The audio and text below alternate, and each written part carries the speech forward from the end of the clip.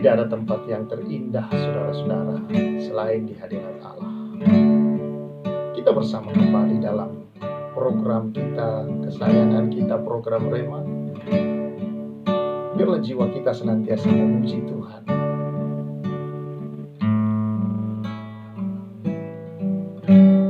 Di hadirat-Mu aku puas, di hadirat-Mu aku bebas, di hadirat-Mu ada terang kehidupanku, pernyataan kuasa kekuatan-Mu. Di hadirat-Mu ku datang persembahkan lagu di hadapan Rajaku.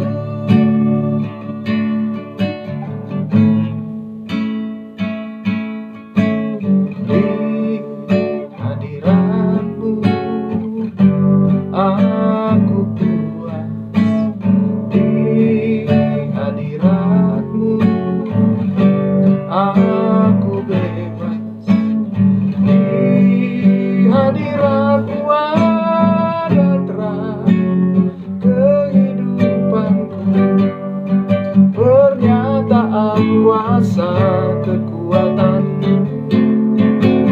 Di hadirat-Mu ku datang persembahkan lagu di hadapan Rajaku. Di hadirat-Mu ada terang kehidupanku, pernyataan kuasa kekuatan-Mu. Di hadirat-Mu ku datang persembahkan lagu di hadapan Rajaku. Di hadirat-Mu, di hadirat-Mu ada terang kehidupanku, pernyataan kuasa kekuatan-Mu. Di hadirat-Mu ku datang persembahkan lagu di hadapan Rajaku.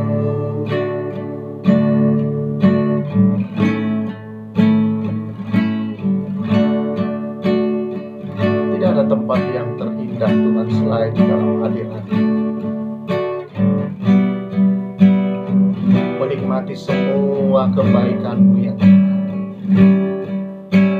menikmati segala kemurahan firman-Mu.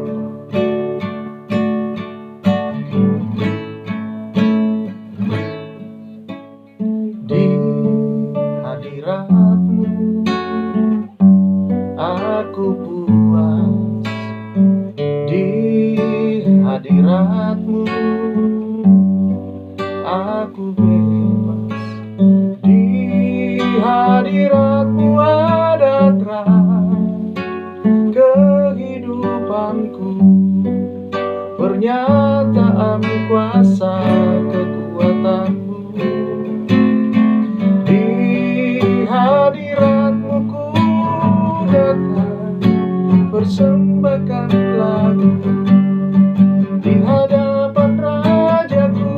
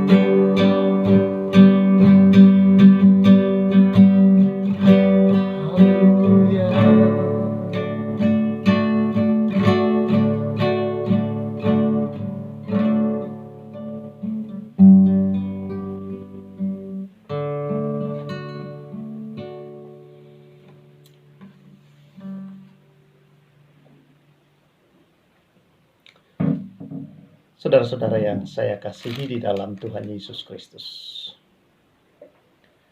Berkaitan dengan pembacaan kita kali ini dalam Mazmur pasal 146.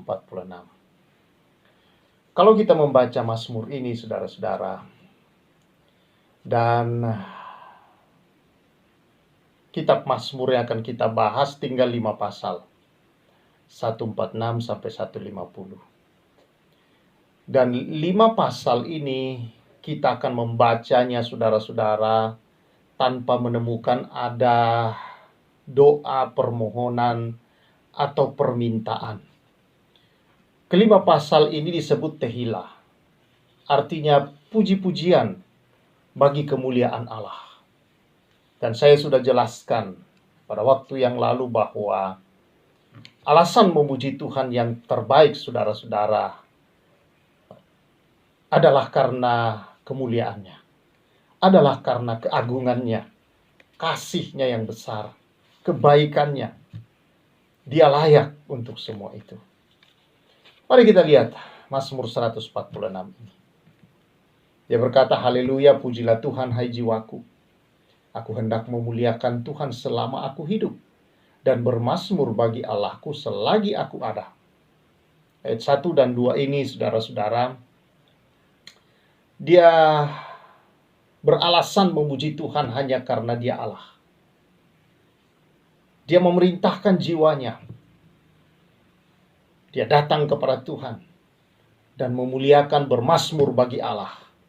Menjadi sebuah komitmen selama dia masih hidup di bawah dunia ini.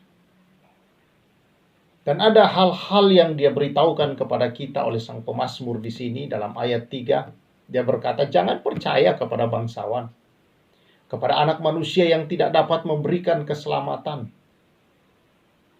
Dia menyampaikan kepada kita bahwa keselamatan yang sesungguhnya itu hanya datang dari Allah. Keselamatan yang sesungguhnya, dan kita tahu bahwa kita hanya bisa temukan di dalam Kristus Yesus. Pertolongan di dalam kehidupan ini, pengharapan yang pasti hanya ada di dalam Kristus Yesus. Berharap kepada manusia itu adalah hal yang sia-sia. Menggantungkan hidup kepada manusia adalah hal yang sia-sia, saudara-saudara. Mengapa? Dia berkata di sini, apabila ayat yang keempat, apabila nyawanya melayang, ia kembali ke tanah, pada hari itu juga lenyaplah maksud-maksudnya. Bahwa saudara-saudara tidak bisa kita menggantungkan hidup kepada seseorang dalam hidup ini. Kita harus tahu bahwa dia menciptakan kita menurut gambar dan rupa dia, saudara-saudara. Ya.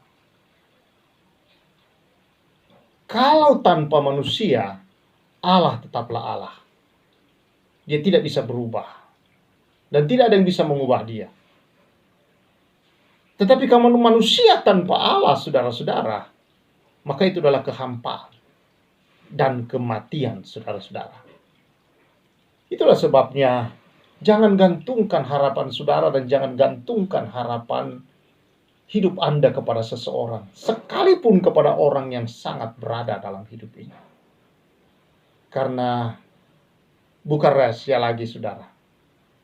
Kalau banyak orang yang menggantungkan harapnya kepada seseorang dan yang ditemui adalah kekecewaan demi kekecewaan, sakit hati, kepahitan hidup.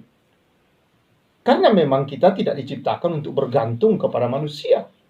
Allah menciptakan kita menurut rupa Dia adalah supaya kita bisa bergantung kepada Allah.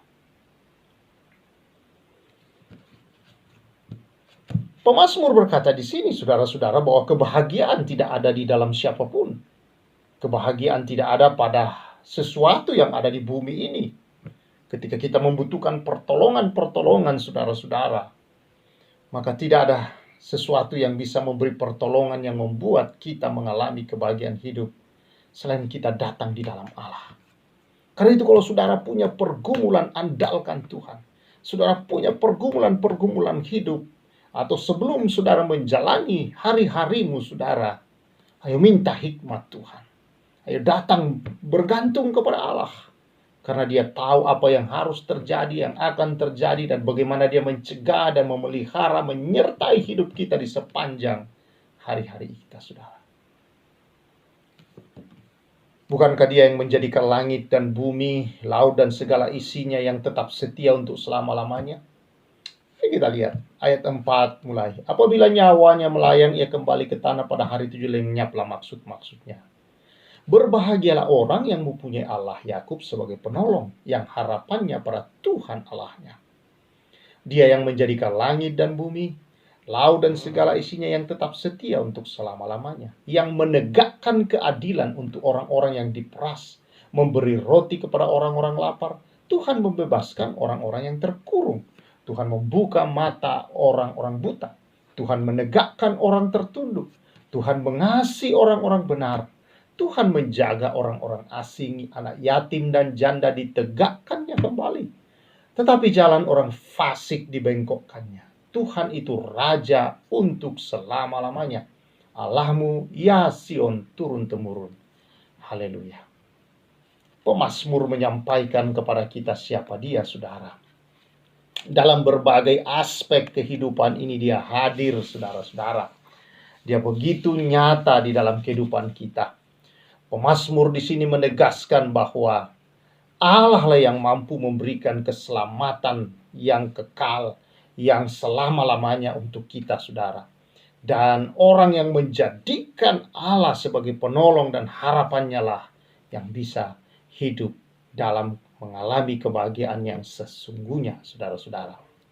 Nah, dia juga menyampaikan kepada kita bahwa keselamatan yang Allah berikan, saudara, itu bekerja secara total dan dia berkarya dalam semua aspek kehidupan kita.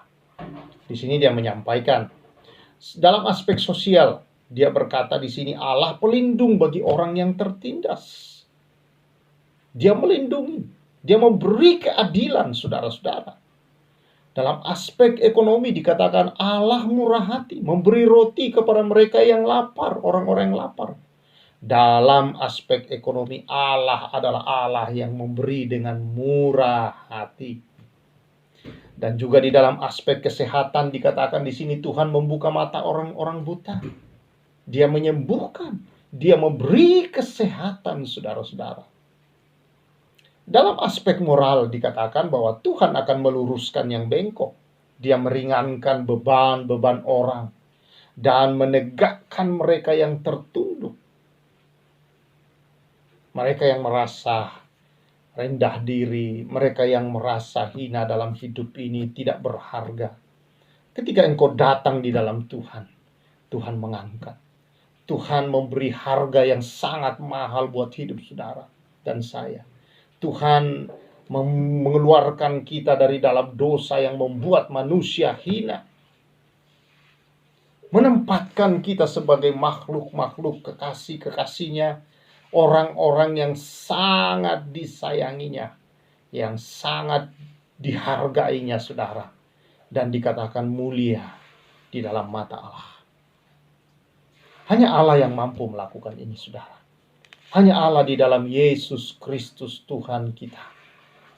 Dan dia adalah Raja untuk selama-lamanya. Dialah Allah di dalam kehidupan kita. Karena itu, apapun persoalan saudara, apapun keadaan saudara hari ini, jangan andalkan orang lain. Jangan gantungkan harapmu kepada orang lain. Tetapi berharap di dalam Tuhan. Gantungkan hidupmu dan percaya sungguh-sungguh senantiasa kepada Tuhan. Bangun hidupmu, persekutuanmu dengan Tuhan. Dan saya percaya melalui kebenaran ini, saudara-saudara, mengajak kita untuk dalam hidup ini terus memuji Tuhan. Menyembah Tuhan. Jiwa kita memuliakan Tuhan dalam situasi, dalam keadaan apapun. Karena dialah yang sanggup menyelesaikan bagi kita. Bahwa bagi dia tidak ada perkara yang mustahil. Bagi Allah segala sesuatu mungkin. Tidak ada yang mustahil. Dan bersama dengan Allah, kita akan mengerjakan perbuatan-perbuatan, pekerjaan-pekerjaan yang besar. Karena Dia sendiri yang telah menginjak musuh-musuh kita. Mari puji Tuhan senantiasa, bahwa tidak ada tempat yang memuaskan di hidup kita ini dan membahagiakan selain ada di dalam Tuhan. Di hadiratnya tuh saudara-saudara, dan menikmati Dia dalam segala keadaan kita. Memuji-muji Dia senantiasa, bersyukur kepadanya dalam segala keadaan. Puji Tuhan. Mari kita bersyukur. Tuhan, terima kasih, Engkau baik. Engkau penuh kasih, karunia, dan anugerah yang menyertai kehidupan kami. Kami memuji Engkau karena Engkau Allah. Engkaulah pencipta langit bumi segenap isinya. Engkaulah Raja di atas segala raja. Engkaulah penolong kami dalam segala hal. Membimbing, memberi hikmat, kekuatan ya Tuhan. Aku percaya Tuhan, oleh anugerah-Mu yang besar ini ya Tuhan, kami boleh menjalani hari-hari kami dalam puji-pujian, sukacita, dan penyembahan kepada Tuhan senantiasa. Terima kasih, berkati umat-Mu Tuhan sepanjang hari-hari mereka. Berkat Tuhan atas kehidupan mereka, rumah tangga, dalam pekerjaan, dalam kesehatan tubuh, dalam ekonomi, dalam segala perkara. Berkat Allah di atas hidup saudara dan saya dalam nama Yesus. Amin. Puji Tuhan, Bapak Ibu Saudara yang saya kasih dalam Tuhan, tetap hidup senantiasa memuji-muji Allah dan berharap hanya di dalam Dia senantiasa menggantungkan dan menyerahkan hidup kita. Saya Pastor Samuel mengucapkan salam restorasi.